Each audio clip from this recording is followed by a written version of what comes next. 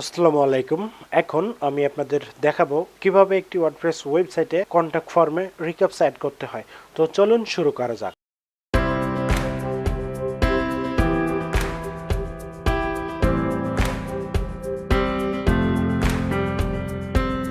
তো প্রথমে আমি একটা ট্যাব ওপেন করলাম, দেন সার্চ বক্সে গিয়ে লিখবেন গুগল ক্যাপচা। দেন গুগল ক্যাপচা লেখার পর এইরকম শুরুতে যেটা ওয়েবসাইট আসবে, দেন এটার উপরে ক্লিক করবেন। ক্লিক করার পর এই যে গেট স্টার্টেড, দেন এই বাটনে ক্লিক করবেন। এই বাটনে ক্লিক করার পর এই যে আবারও এরকম একটা ইন্টারফেস পাবেন। দেন এইখান থেকে যে গেট স্টার্টেড বাটন এইখানে ক্লিক করবেন।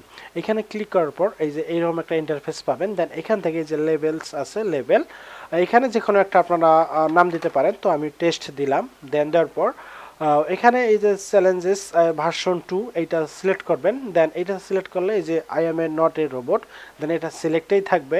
এবং আপনারা যে ডোমেইনে এটা অ্যাড করতে চাচ্ছেন সেই ডোমেইনের ইউআরএলটা কপি করে নেবেন।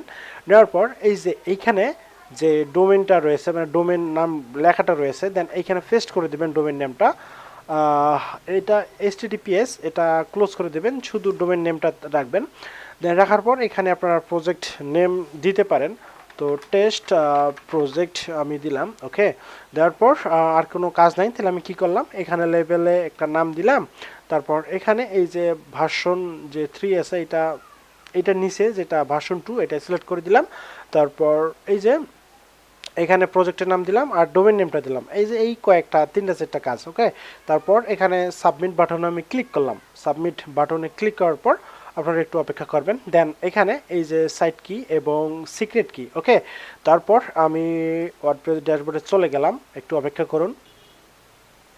এখানে আসার পর আপনারা এখান থেকে ডিরেক্ট চলে যাবেন এই যে বাম সাইডে এলিমেন্টর, দেন এখান থেকে সেটিংস।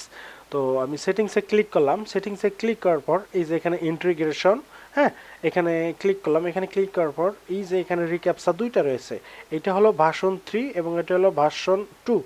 তো আমরা এই যে এইটাই যে সিক্রেট কিগুলা সিক্রেট কি পাইলাম, তো আমি এটা ড্র্যাগ অ্যান্ড ড্রপ করার সাইডে নিয়ে আসি। দেন এখানে এটা সাইট কি, তো সাইট কিটা আমি কপি করে নিলাম। কপি নেওয়ার পর এই যে সাইট কি এইখানে এই যে উপরে এখানে পেস্ট করে দিলাম। দেওয়ার পর আবারও সেমভাবে আমি এই যে সিক্রেট কিটা রয়েছে এইটা কপি করলাম। কপি করার পর এই যে সিক্রেট কির জায়গাতে এটা আমি পেস্ট করে দিলাম। ওকে, পেস্ট করে দেওয়ার পর স্ক্রল ডাউন করে নিচে যাবে। নিচে যাওয়ার পর সেভ চেঞ্জেসে ক্লিক করবেন। সেভ চেঞ্জেসে ক্লিক করার পর এটা সেভ হয়ে যাবে। দেন আমি চলে গেলাম আবারও কন্ট্যাক্ট পেজে, কন্ট্যাক্ট আস পেজে।